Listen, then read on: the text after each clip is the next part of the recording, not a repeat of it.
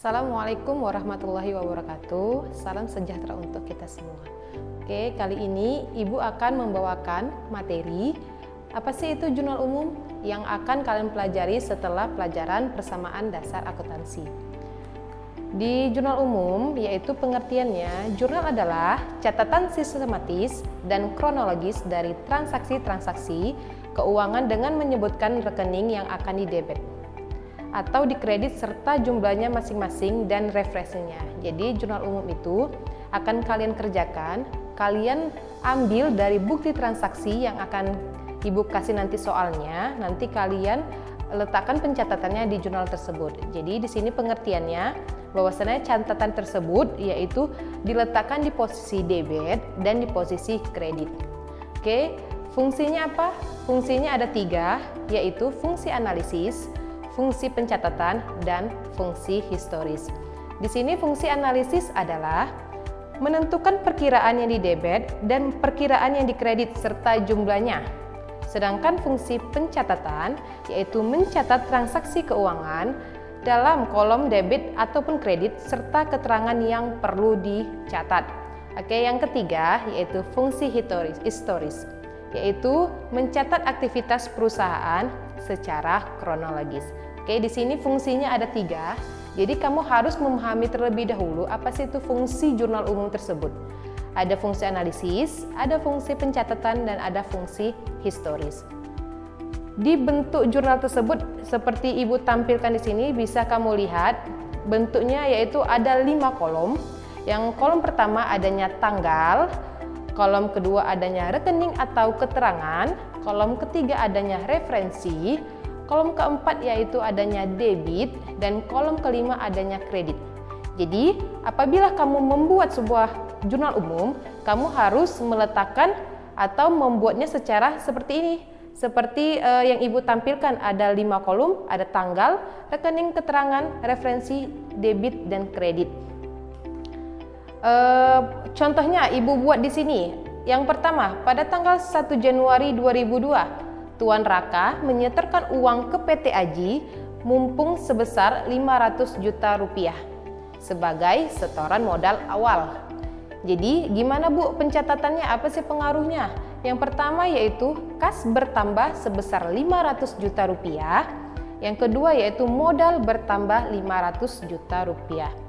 Jadi bisa kamu buat di sini kas posisinya di debit, kamu lihat bisa di sini di 500 juta rupiah, dan modal Tuan Raka 500 juta rupiah di posisinya di kredit di sebelah kiri.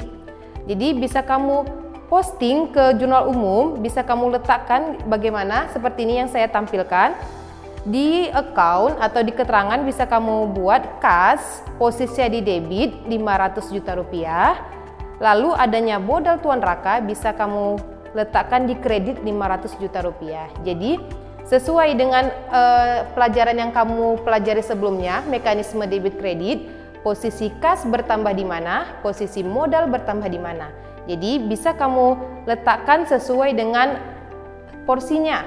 Apabila kas bertambah posisinya di debit, apabila berkurang posisinya di kredit. Sebaliknya kalau modal bertambahnya di kredit, sedangkan berkurangnya di debit.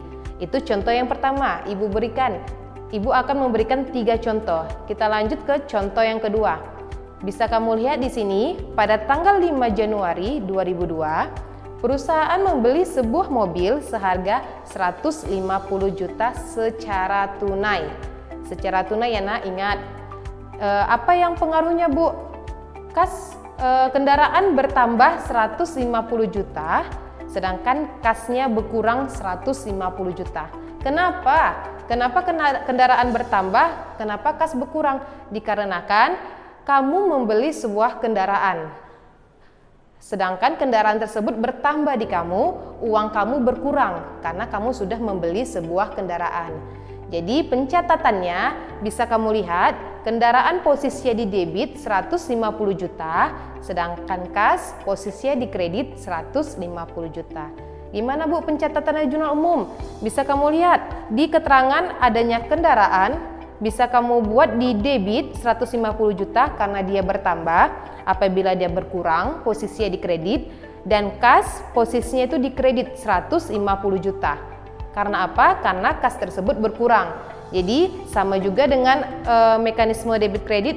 Kalau kas berkurang di kredit, kalau bertambah di debit, sedangkan kendaraan itu sebuah harta apabila bertambah di debit dan berkurangnya di kredit.